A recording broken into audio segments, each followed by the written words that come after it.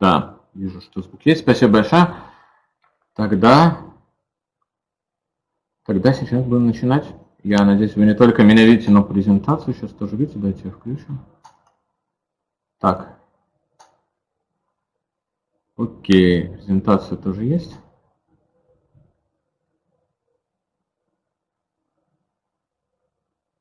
Окей. Так, все. Всех очень рад приветствовать на нашем вебинаре. Мы сегодня на вебинаре рассмотрим основные какие-то моменты, связанные с школьным муниципальным этапом. Вообще говоря, этот вебинар предназначен для организаторов этих этапов, соответственно, для муниципальных, в частности, предметно-методических комиссий, там, где они существуют, для оргкомитетов этих этапов и для жюри этих этапов, тех, кто готовит задачи для этих этапов. Мы не будем касаться вопросов подготовки школьников к этим этапам. Значит, давайте начнем. Мы рекомендуем Центральная предметно-методическая комиссия по информатике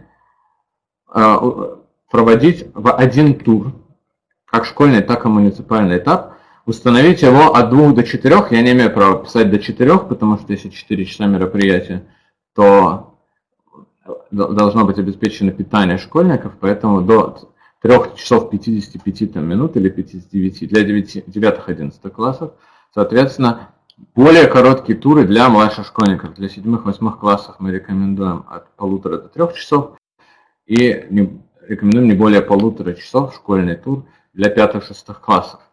Это связано с тем, что школьники младших классов, они не могут сконцентрироваться на длительный срок, и 5-часовой тур для них или 4-часовой практически бесполезен. То есть, по опыту школьники, которые именно пишут за свой 5-6 класс тур, они не готовы к 3-4-часовым турам. Соответственно, устанавливать 5-часовой тур для школьного муниципального этапа мы также не рекомендуем, поскольку при этом, во-первых, возникают вопросы на тему того, что нужно обеспечивать питание участников, во-вторых, опять же, это означает, что либо сложная задача подобрана некорректно, либо есть какие-то еще накладки с этим. То есть, на наш взгляд, от 2 до 4 часов даже для старших классов на школьном и на муниципальном этапе достаточно. Как сделать комплекты заданий для школьного муниципального этапа?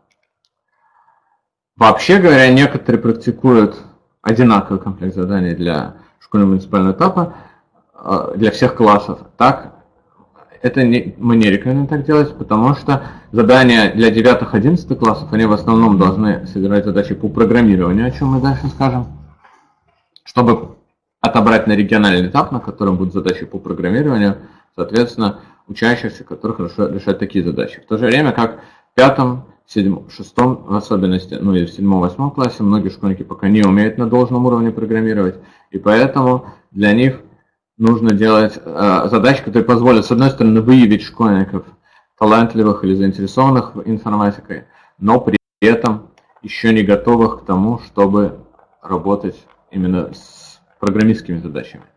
Поэтому для них мы рекомендуем отдельный комплект. При этом для 9-11 класса, в принципе, может быть общий комплект задач, как это сделано на региональном заключительном этапе, либо могут быть и отдельный комплект для 9 класса, например, как если в регионе или в муниципалитете, соответственно, программированием в 9 классе значительно хуже, например, чем в 10-11. То есть нужно смотреть результаты по региональному этапу, по муниципальному этапу прошлых лет, чтобы ориентироваться здесь, как правильно составить разбиение на комплекты. Отдельные комплекты для каждого класса возможно тоже сделать, но при этом это трудоемко, и в целом мы так не рекомендуем делать. То есть наиболее приемлемый, на наш взгляд, вариант — это 5-6 отдельный комплект для школьного этапа, поскольку там нет выхода на муниципальный этап. Он может быть весьма специфичным для школы, например, весьма специфичным для школы, чтобы учесть, какие среды разработки там или какие виртуальные лаборатории используются в школе. В то же время, как там, где есть выход на муниципальный этап, там, естественно, задачи должны быть в муниципалитете. Ну, а в принципе мы в целом, учитывая, что часто в муниципалитете недостаточно квалификации или времени у методической комиссии, или просто не создана методическая комиссия, чтобы составить комплект. В целом достаточно удобно и для всего региона делать единый комплект для для школьного этапа. Такие варианты есть. Так, результаты, однако, при подведении итогов выхода с школьного этапа на муниципальный, дальше с муниципального на региональный, они должны подводиться отдельно по классам. И проходной балл должен быть установлен отдельно по классам. При этом, учитывая, что нельзя изменить класс, за который школьник пишет олимпиаду между этапами, мы рекомендуем на школьном этапе решать задания за 9 класс, даже 5 классу при необходимости, 6, 7, 8, которые претендуют на выход на региональный этап. То есть, если школьник занимается в кружках, занимается в каких-то, где-то занимается дополнительным образованием по информатике, какие-то у него есть уже достижения, и он умеет программировать, и вы можете ожидать, что он выйдет на региональный этап, то мы рекомендуем решать на школьном этапе за 9 класс, чтобы иметь возможность дальше по ступенькам подниматься вплоть до регионального этапа. У нас есть случаи пятиклассников на региональном этапе и даже на заключительном, но это больше относится к 6, а также 7, 8 классам. Так, давайте обсудим теперь, какой принцип составления вообще комплекта заданий для школьного муниципального этапа. Ну, это на самом деле принцип составления комплекта заданий одинаковый для всех этапов, то есть, но здесь нужно учитывать специфику именно участия, специфику уровня участников. На школьном муниципальном это очень широкий круг участников. И поэтому, делая сложный комплект, взяв, например, какие-нибудь задачи прошлых региональных этапов, или заключительных этапов, или аналогов из соседних государств, как некоторые иногда делают, получается, что комплект слишком сложный, единицы с ним справляются, интерес к математике не развивается, и мы получаем такие вот бессмысленные проведения школьного муниципального этапа. Там 3-5 человек, которые в школе или там в муниципалитете готовы к региональному этапу, они решают там 1-2 задачи, туда проходят, остальные участники решают, что информатика что-то сложное, и до свидания. Так делать не нужно. Первое задание должно быть доступно практически всем, то есть это может быть задание из школьной программы или задание максимально, как бы, в котором один минимальный какой-то ход, который позволяет продвинуться, да, но при этом сложные задачи, они должны, конечно, быть рассчитаны на наиболее сильных участников, а медианный участник, то есть тот, кто займет в середине таблицы, будет находиться, он должен решить от четверти до половины заданий. То есть не должно быть такого, что у него 0 задач. Это плохо составленный вариант. Но, разумеется, все задачи им решены тоже быть не должны, потому что функция дифференцирования участников по результатам, она на школьном муниципальном этапе тоже стоит. Дальше, значит, есть такой миф, распространенный, к сожалению, среди органов образования. Вот я видел, что здесь у нас на вебинаре есть представители органов образования регионов различных. Обратите, пожалуйста, внимание на это, что для получения статуса призера соответствующего этапа и прохода на следующий этап обязательно решить 50% заданий, то есть набрать 50% баллов. По крайней мере, действующие положения, они устанавливают это ограничение, призер требуется, чтобы набрал 50% баллов на заключительном и только заключительном этапе Олимпиады. На всех остальных никакого требования по 50% баллов для получения статуса призера соответствующего этапа или прохода в следующий этап нет. Да, это хороший комплект заданий, если призеры решают более 50% заданий, но при этом есть дифференцирование между различными результатами участников. Это хороший результат, потому что это значит, что комплект сбалансирован по сложности. Но если вдруг жюри или предметная, точнее методическая комиссия соответствующего этапа ошиблась в своих прогнозах, и комплект задач получился слишком сложным, не нужно отсеивать ребят на том основании, что они не решили 50% заданий. Этого требования нет на муниципальном школьном этапе и на региональном, в частности, кстати, тоже, но о нем будет отдельный вебинар. Соответственно, нету и никаких ограничений там про 25, 35, 45% участников, 8 и прочее. На школьном муниципальном этапе любое количество органов образования муниципалитетов, регионов устанавливают квоты, и нет у них никакой, в общем-то, нормативные документы центральные, да, порядок проведения всероссийской олимпиады, не устанавливают здесь ограничения на количество участников. В то же время, как статус призера даже школьного этапа, он для школьника может быть мотивацией углубленной, посвятить свое время углубленному изучению информатики, и это хорошо. Поэтому стараемся делать больше призеров победителей на начальных этапах. Это никак не влияет, они не получают никаких ни льгот при поступлении в университеты, никаких там льгот, призов, премий и прочего, но это может мотивировать их к дальнейшему развитию своего участия. Так, теперь, значит, вернемся снова к комплекту основных заданий. Что можно включить на школьном или универсальном этапе в комплект заданий? Ну вот начнем с 9-11 класса. Это задания по программированию. В основном, соответственно, какие основные темы можно покрыть? Темы, те, которые люди изучают в школе, но добавить в них какую-то интригу, олимпиадности какой-то, то есть добавить какой-то нетривиальный ход, может быть, математический, который бы позволил продемонстрировать свои навыки, то, что это именно человек достоин получить баллы, пройти на следующий этап. Соответственно, вот здесь на слайде приведены, в принципе, основные темы, которые мы рекомендуем для задач школьного муниципального этапа. В рекомендациях методических по проведению школьного муниципального этапа там приведено много достаточно примеров задач для различного уровня. Ну вот темы, кратко еще раз прочитаю, на слайде написано: арифметика, остатки отделения, условные инструкции, циклы, обработки массивов, строк. Разумеется, здесь речь не идет о сложных строковых алгоритмах, речь идет о базовой обработке строк средствами языка программирования. Ну и неплохо завершить комплект какой-то сложной либо идейной, либо технической задачи, что позволило бы сильным участникам продемонстрировать что-то выдающееся, прочувствовать, что они решили какую-то интересную сложную задачу и тем самым достойны получить высокий балл. Мы рекомендуем настраивать ограничения по времени, памяти таким образом, чтобы решения на языке программирования Python, они работали на полный балл, потому что это язык программирования, который доступен школьникам, в том числе для самостоятельного изучения, и если на нем будет набираться полный балл, то другие медленные или интерпретируемые языки, тот же самый Basic, если кто-то еще до сих пор использует, тот же самый еще Кумир, мы знаем, некоторые используют, но тем более быстрые языки, Pascal, Java или там C#, на них будет все хорошо работать тоже. Так, значит, мы рекомендуем для 9-11 класса использовать различные средства автоматической проверки решений. Соответственно, Яндекс, Contest и Codeforces — это сервисы Software as Service, да, они позволяют самостоятельно создавать тренировочные или олимпиадные комплекты. В, опять же, методических рекомендациях чуть подробнее написано, как ими воспользоваться можно. Ну а eJudge — это система с открытым кодом, проверяющая, которую можно установить на свои сервера и иметь локальные сервер проверки.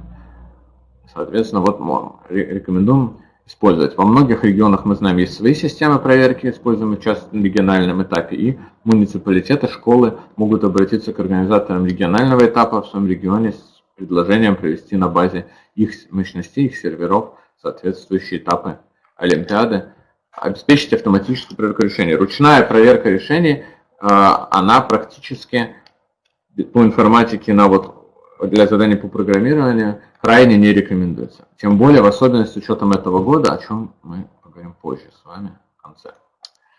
Так, соответственно, задания, когда выбираете, довольно частый такой эффект есть в некоторых регионах, что задания составляются активными участниками, допустим, студенческих олимпиад или призерами прошлых лет, которые по своим воспоминаниям от заключительного этапа Всероссийской олимпиады, от регионального этапа Всероссийской олимпиады начинают генерировать идеи сложных задач со сложным форматом, с открытыми тестами, интерактивных задач, какой-то еще, которые трудны для широкого круга школьников. То есть для топовых школьников, которые выходят уже на уровень заключительного этапа или на уровень каких-то интересных, высокого уровня РСОшевских олимпиад, это да. Но для массового школьника, следует обратить внимание, что школьный этап в особенности, но и муниципальный этап, они рассчитаны на массового школьника. Для массового школьника обязательно мы должны низкий сделать ему порог входа, чтобы даже если он никогда не имел дела с олимпиадом, пришел на олимпиаду, увидел задание, он легко разобрался, что ему нужно сделать. И поэтому мы рекомендуем стандартные задачи, во-первых. Во-вторых, опять же, никаких алгоритмов профильного обучения, да, алгоритмов из летних школ, алгоритмов со сборов, алгоритмов, которые есть в силабусе там, заключительного этапа, они не должны быть на школьном муниципальном этапе, не рекомендуется. Но с другой стороны, просто только ограничиваться задачами «сделай то», что написано в условии, тоже мы не рекомендуем. То есть желательно какую-то идею, какой-то щелчок, чтобы была задача, как-то чуть-чуть продвинуться. Либо это какая-то формула вместо цикла для подсчета, либо префиксные суммы для быстрого подсчета сумм в массиве, либо еще что-то, метод двух указателей, прибор делителей до корня, вот здесь приведены классические примеры идей, которые либо могут быть школьникам известны, либо могут быть придуманы, и, собственно, в этом будет его олимпиадный прорыв заключаться, и он откроет для себя мир олимпиад по информатике. Так, соответственно, языки программирования, среды разработки. По поводу сред, опять же, с учетом различных форматов поведения в этом году, с учетом эпидемиологической обстановки, тут может быть менее актуальный вопрос, но по поводу языков программирования мы рекомендуем как можно более широкий спектр языков, чтобы не ограничивать школьников, не загонять их в узкие рамки, что только Pascal и C, например, или только, тем более только Pascal, или тем более только C++. Pascal должен быть, Python должен быть, C++ должен быть, но если есть участники в регионе, которые владеют языком, например, в каких-то школах ведется обучение, например, на Java или на C#, или на каких-то других языках, рекомендуем их тоже делать доступными. Яндекс Contest и Codeforces, про которые я говорил, это свободные системы с возможностью создания своих собственных олимпиад и тренировок, да, на них поддерживается очень широкий класс языков, и мы рекомендуем по возможности этот класс языков открывать. В случае очного проведения, конечно, ресурсы технических комитетов олимпиад ограничены, и нужно стараться обязательно поставить необходимые решения, необходимые среды для Pascal, Python и C++, остальные языки надо уже ориентироваться по спросу. Соответственно, вот можно, например, сделать сбор заявок от участников, какие языки программирования их интересуют. Об оценивании. Когда проектируется система оценивания для различных заданий, то часто берут за основу систему оценивания с регионального или заключительного этапа с подзадачами, где написано вот столько баллов, если там n не больше 10, столько баллов, если n не больше 1000, столько баллов, там, если n не больше 100 тысяч. Это полезно указать так, чтобы были какие-то ориентиры у школьников, когда они решают задачи. Но надо понимать, что школьники школьного муниципального этапа, они не готовы еще прям к тому, чтобы все крайние случаи, допустим, обойти, все учесть обязательно, там ни на единичку не ошибиться в размере массивов и прочее. Поэтому мы рекомендуем при формировании системы оценивания группу тестов сформулировать, но оценку сделать потестовую, таким образом, чтобы каждый пройденный тест школьнику оценивался. Это, да, приведет к тому, что неэффективно, неправильное решение с ошибками будут набирать баллы, и дальше на региональном, может быть, этапе, если школьник до него доберется, ему будет тяжело. Ему будет тяжело переориентироваться на то, что обязательно стопроцентное решение. Но, с другой стороны, положительная здесь обратная связь, да, набранные баллы школьникам могут способствовать формированию интереса и дальше учета, учета его результата не 0. Вот 0 по задаче. Самое худшее, что может произойти со школьником, особенно если он всю олимпиаду сидел, что-то пытался делать и 0 получил баллов. Это плохо. Вот, соответственно, что мы не рекомендуем еще, некоторая такая специфика в задачах по программированию. Я делаю основной акцент, на самом деле, на задачах по программированию, потому что именно эти задачи для 9-11 классов вводят дальше на региональный заключительный этап. И это одна из задач ЦПМК, поскольку здесь единые правила, скажем так, для всей страны, то здесь нужно установить контрольные точки. Что касается других типов задач, тоже мы сейчас про них чуть-чуть скажем. Значит, мы не рекомендуем использовать файловый ввод-вывод. Одно время он был популярен в начале 2000-х в начале 2000-х, но сейчас ввод с консоли, вывод на консоль становится более-менее стандартом де-факто. На региональном и заключительном этапе Всероссийской Олимпиады тоже сейчас так. И поэтому мы рекомендуем от файла ввода-вывода отказаться и использовать ввод-вывод с консоли, чтобы школьникам не разучивать вот эти магические фразы по открытию и закрытию файлов и так далее. Значит, также еще одна специфика, которая особенно если в методической комиссии есть какие-то олимпиадники, бывшие студенты или с их помощью, или их привлекают к помощи для разработки задач, они не учитывают этот аспект, он важен, может быть, для начинающих школьников, мы рекомендуем отдельную строку на каждое число делать. Одна строка, одно число, это позволяет добиться того, что нет проблем со считыванием. Считывание в Паскале и в Питоне, например, оно чуть по-разному должно быть устроено, если данные в одной строке, на отдельных строках, и для простоты делаем одна строка, одно число, очень, особенно если это просто конечное какое-то заданное количество чисел, там 2 или 3, это уменьшает по нашим экспериментам как бы на разных олимпиадах, значительно уменьшает количество школьников с нулем по этой задаче. Ну, также переполнение тоже, 32-битные типы до сих пор по умолчанию в большинстве языков, поэтому, конечно, есть хорошая установка это делать, чтобы у школьников не было переполнения 32-битных типов при решении задач, а если уж избежать этого никак нельзя, то об этом тогда писать предупреждение прямо в условии задачи. Так, значит, ну давайте теперь поговорим чуть-чуть о более младших классах, о 7, 8, 5, 6. Там примерно одни и те же тезисы. У нас основная идея в том, что там есть школьники, которые умеют программировать, но их надо отправлять, писать этапы за 9 класс. Потому что в 9 классе они могут тогда пройти на региональный этап. Если у них уже есть умение программировать, это круто, но нужно тогда пройти на региональный этап. А если они не умеют программировать, и вы им даете задачу по программированию, он уходит с нулем, и, в общем-то, его заинтересовать информатикой не получается. В то же время, как уроки по информатике сейчас есть практически во всех классах, и там есть совершенно разные какие-то, используются либо виртуальные среды, либо какие-то есть средства визуального программирования, есть какие-то программирования исполнителей. И поэтому большинство для учащихся могут быть интересны такие задания. Также интересные задания алгоритмические, но без привязки к конкретному языку программирования. Например, задачи какие-то про гири, взвешивание, перевоз через реки, выходы из лабиринта. Вот такие задачи, в которых можно сформулировать алгоритм на человеческом языке, а особенно иногда можно от этого потребовать, чтобы это формировать еще какое-то численное значение или формульное значение для автоматической проверки этого алгоритма. Это рекомендуется такие задачи в большом количестве включать в этап для 7-8 класса, ну, для 5-6 мы сейчас до него дойдем, чтобы школьников таких не отпугивать, чтобы мотивировать в них, опять же, интерес для занятия информатикой.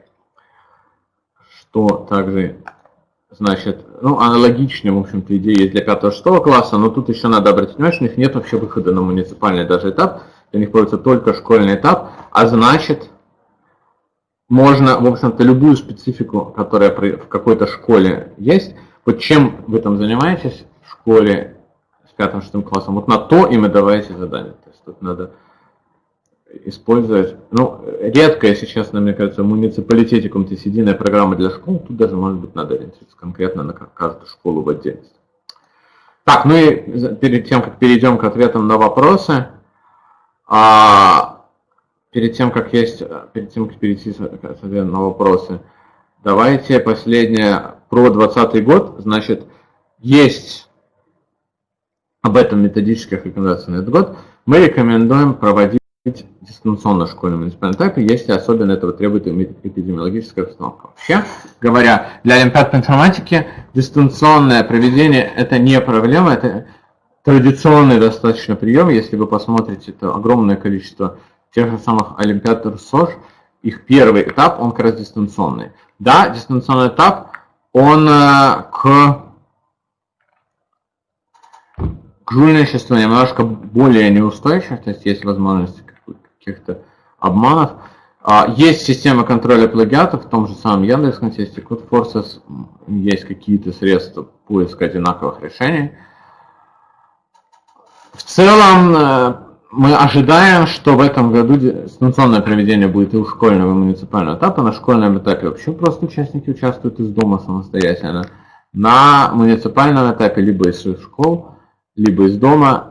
Какую-то форму контроля можно обеспечить. Значит, смотрите, вот мы проводили Всероссийскую юниорскую олимпиаду по информатике, ее сайт указан на слайде. Презентацию, когда вам разошлют, вы сможете на нее перейти jroe.ru. Значит, jroe.ru. Соответственно, на нем есть пример инструкции для самостоятельного прокторинга. Я не рекомендовал бы это использовать на школьном или муниципальном этапе, потому что это достаточно трудоемко для школьников и становится заградительным барьером. Но, в принципе, если у вас муниципалитет небольшой, если есть понимание, как сделать так, чтобы все школьники смогли это выполнить, либо на базе школ это сделать, либо какое-то дистанционное наблюдение с помощью школ, то даже если никакого контроля потом этих записей или этих трансляций не будет, то сама необходимость сделать видеозапись, сама необходимость как-то отслеживать, она уже автоматически резко снижает желание школьников как-то жульничать или нечестно выполнять решение, потому что опасность того, что их поймают, она всегда приводит к улучшению. Понятно, что кто захочет жульничать, попытается, но при этом многие, которые, если просто сидят из дома, они бы, может быть, и жульничали, либо так они боятся, что записи кто-то будет вдруг смотреть и так далее. Можете посмотреть, там я не буду подробнее на этом останавливаться. Но, еще раз повторю, мы категорически не рекомендуем делать это обязательным условием участника. Делать прокторинг обязательным условием участия. Это очень заградительно, и это может резко привести к снижению численности интереса. Не надо так делать. Только если понятно, как это обеспечить, чтобы это не стало заградительным. Так, вот здесь есть адрес поддержки регионального этапа, но если какие-то есть вопросы или комментарии по муниципальному или школьному этапу, то в принципе мы готовы отвечать на ваши письма, можно обращаться. Теперь я, честно сказать, не помню, сколько у нас времени. Подскажите, пожалуйста, коллеги-организаторы, по поводу времени, сколько у нас есть времени на ответ на вопросы? Всем добрый день. Примерно в 37 минут мы должны закончить. Спасибо большое. Давайте тогда на вкладке «Вопросы» посмотрим, там уже много есть вопросов. Читаем. Будет ли рассылка на конференции? Будет. Как убедить муниципальное образование, что определение должен 50% выше? Как можно убедить чиновника, показать ему нормативный документ? Есть, во-первых, методические рекомендации, мы тоже сделали на нем акцент в методических рекомендациях по проведению школы муниципального. Мы сделали акцент тоже на этом факте, и, собственно, сам порядок проведения, в нем четко написано, что граница 50% относится только к заключительному этапу. Скачивать вебинары, да, ограниченная основная задача, что Python, кстати, только муниципального, да, значит, мы не придерживаемся этого же принципа на региональном заключительном этапе, но на региональном этапе традиционно можно пройти на заключительный этап, решая только на Python, и даже стать прям полный балл нет, но может быть близко к полному. Там даже проходной балл для 11 класса выбирали на Python участники. Но вообще, да, это чем шире контингент участников, тем больше из них плохо владеют современными, быстрыми языками программирования, поэтому нужно делать больше возможностей для участников с медленными языками программирования. Так, почему сделан именно на Python другие языки программирования? Python, он из широко распространенных языков один из самых медленных, поэтому если на нем работает, то, скорее всего, на других языках программирования, на Pascal, ABC, на Basic даже, там, в современных реализациях при Basic, например, у вас все будет работать. В то же время, как если на Python не работает, то по какому языку еще можно отсекать Python? Вот такой удобный инструмент медленного отбора. Значит, что делать на ступенчатый метод? Начало обучения. нужно придумать форму дистанционного, если особенно в школе, сейчас я знаю, если во многих школах ограничения, что школьники разных классов даже не должны встречаться в коридорах или в одной аудитории, это правильно с точки зрения сдерживания коронавирусной инфекции, но это затрудняет организацию мероприятий, да, общешкольных, например, муниципального или школьного этапа. Поэтому нужно переходить на дистанционный формат.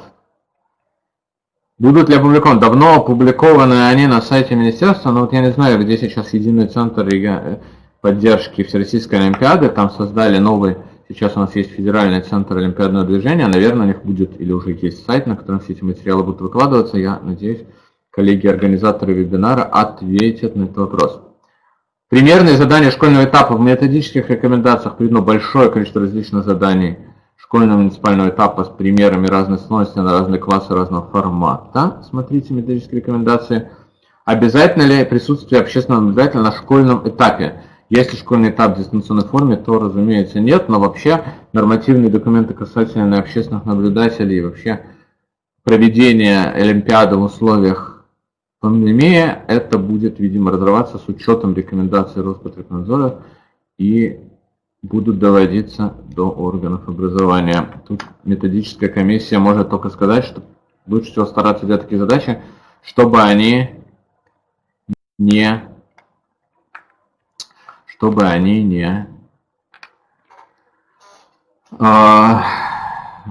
гуглились, да, нельзя было жульничать. Так. Рекомендации. Значит, смотрите, согласно порядку проведения Всероссийской Олимпиады на муниципальном школьном этапе Центральная предметно-методическая комиссия, ее полномочия ограничиваются рекомендациями по их проведению. Мы не можем, не обладаем тут законодательной, скажем так, властью, да, на эту тему. Соответственно, вы должны, дальше уже органы образования региональные на основании этих рекомендаций формируют свои документы, нормативные акты. Но сам порядок проведения у него он не имеет статус рекомендации, он является законодательным актом, да, он утвержден законом, приказом, точнее, министерства. И поэтому в нем, если речь опять про многострадальные 50%, в нем написано, что 50% это в разделе вообще даже просто про заключительный этап. В разделе про школьный муниципальный этап там нет ничего про 50%.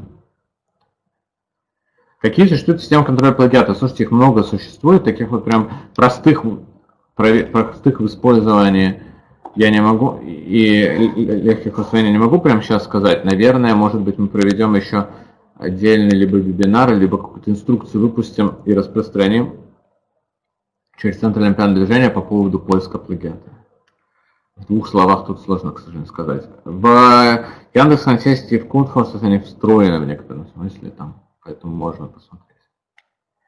Нормы по количеству участников не установлены централизованно, их устанавливают, соответственно, региональные органы образования, и мы рекомендуем им узнать как можно, традиционно мы стараемся как можно больше, а сейчас есть дистанционная форма проведения, то вообще нету даже и ограничений на этапе, на уровне техники, поэтому надеюсь, очень надеюсь, что будет максимально лояльные будут вот эти квоты. Норм единых нету. Так, вопросы, на все вопросы на сайте вопросы ответим, смотрим в чат в основной. Так, в чате в основном, там вроде тоже все спокойно. Так, коллеги, инструкции по внесению задач в тестовую систему, они, в общем-то, есть, опять же, на этих сайтах, и там для каждой системы она своя. Я думаю, что тут тоже в двух словах не могу говорить. Написать эту конструкцию можно, они написаны по многим системам, прилагаются к ним. Поэтому, если есть еще вопросы, у нас 3 минуты еще осталось на ваши вопросы. Так, просто больше не вижу. Тогда я всех благодарю за внимание. Спасибо большое, что пришли на наш вебинар. И успехов всем в проведении школьного муниципального этапа вашим, если здесь учителя, вашим ученикам, соответственно, не болейте. И... Простите, а вот от Светланы Юрьевны вопрос в общей вкладке. В общей вкладке. Школьный этап в школе комиссия выдает задание, проверка всегда была на школьном уровне. Как сейчас делать школьный этап? Смотрите, Школьный этап нужно сделать так. Нужно, чтобы комиссия сделала задачки, которые автоматически проверяются, и все загрузено в систему. Школьный учитель не должен проверять. По информатике нет же, и не рекомендуем мы такую проверку. Бланковую форму в дистанционном формате мы не очень рекомендуем. Там в методических рекомендациях, опять же, есть небольшой раздел, он не то чтобы прям пошаговая инструкция, но там есть общие какие-то методические рекомендации, как перейти от бланковой формы к компьютерной. Можете посмотреть и посмотреть примеры компьютерных заданий не на программирование, там их много тоже приведено в методических рекомендациях, посмотреть, как можно избавиться от бланковой формы, не нужно проверять, тогда будет. Так, вопрос. Так, все, тогда еще раз всем спасибо.